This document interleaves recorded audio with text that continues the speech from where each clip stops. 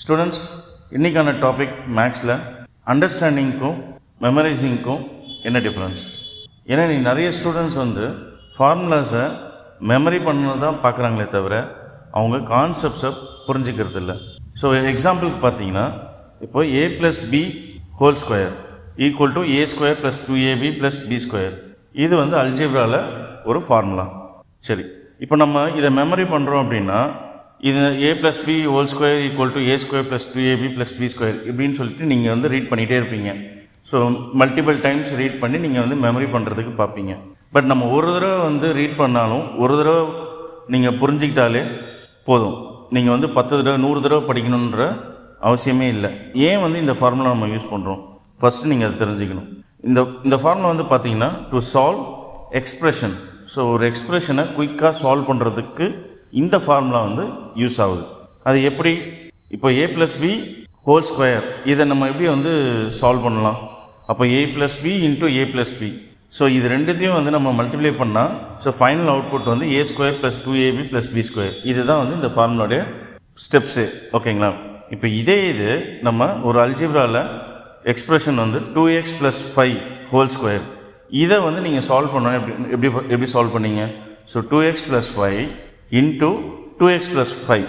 So இதை நீங்கள் என்ன பண்ணணும்? மல்டிப்ளை பண்ணி ஸ்டெப் பை ஸ்டெப்பாக சால்வ் பண்ணணும். ஸோ அவ்வளோ பெரிய ப்ரொசீஜர் நீங்கள் பண்ண தேவையில்லை. ஸோ டைரெக்டாக இந்த formula a² + 2ab + b² apply பண்ணாலே ஸோ உங்களால் ஷார்ட்டாக இந்த எக்ஸ்ப்ரெஷனை சால்வ் பண்ண முடியும். ஸோ அதுக்காக தான் மெயினாக இந்த ஃபார்முலா யூஸ் பண்ணுறோம். ஸோ இந்த ஃபார்முலாவோட யூசேஜ் என்ன? டு சால்வ் எக்ஸ்ப்ரெஷன் குயிக்காக சால்வ் பண்ணுறதுக்கு. ஓகேங்களா? ஸோ அப்போ 2x + 5² நீங்கள் a² + 2ab + b² ஃபார்முலா வச்சு நீங்கள் ஈஸியாக சால்வ் பண்ண முடியும். ஸோ அதே இதை ஒரு ரியல் லைஃப் எக்ஸாம்பிளாக நம்ம வச்சு பார்த்தோம் அப்படின்னா, ரூம் சைஸ் நீங்கள் 10 ஃபீட்டுக்கு 10 ஃபீட் பிளான் பண்ணுறீங்க. சரிங்களா? இப்போது 10 ஃபீட்டுக்கு 10 ஃபீட் நீங்கள் பிளான் பண்ணதை இன்னும் அடிஷ்னலாக ரெண்டு சைடுமே லென்த்தும் சரி பிரெத்தும் சரி ஒரு 2 ஃபீட் நீங்கள் என்ன பண்ணுறோம், எக்ஸ்டெண்ட் பண்ணுறீங்க வச்சிங்க. அப்போ ஏரியா மாறுமா? டோட்டல் சைஸோட ஏரியா சைஸ் மாறுமா? அப்போ அதை எப்படி நீங்கள் டோட்டல் ஏரியாவை நீங்கள் எப்படி ஃபைண்ட் அவுட்? 10க்கு 10 போது ஒரு ஏரியா சைஸ் இருக்கும். இப்போ நம்ம 2 ஃபீட் எக்ஸ்டெண்ட் பண்ணாமல் அப்போ ஏரியா சைஸ் மாறுமா? அதை நம்ம எப்படி ஃபைண்ட் அவுட் பண்ணுறது? ஸோ இதை நம்ம எக்ஸ்பிரஷனாக ஸோ 10 + 2. ஸோ ஆல்ரெடி இருந்தது 10 + 2. So a + b. ஸோ ஏன்றது ஆல்ரெடி இருந்தது 10, பின்றது நீங்கள் நியூவாக ஆட் பண்ண போகிற 2 ஃபீட்டு. So 10 + 2 whole square.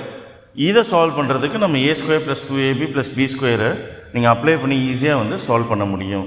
இதே 10 + 2 × 10 + 2 நீங்கள் சால்வ் பண்ணுறது லென்த்தி ப்ரொசீஜர். ஓகேங்களா? அந்த ஏரியாவை கண்டுபிடிக்கிறதுக்கு.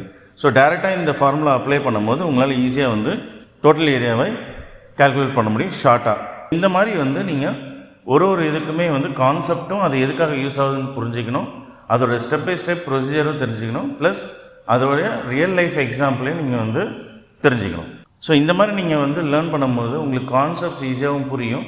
அதே மாதிரி நீங்கள் சீக்கிரமாகவும் மறக்க மாட்டீங்க. ஸோ நீங்கள் 10 தடவை 100 தடவை படித்து மக்கப் பண்ணுற அவசியம் கிடையாது.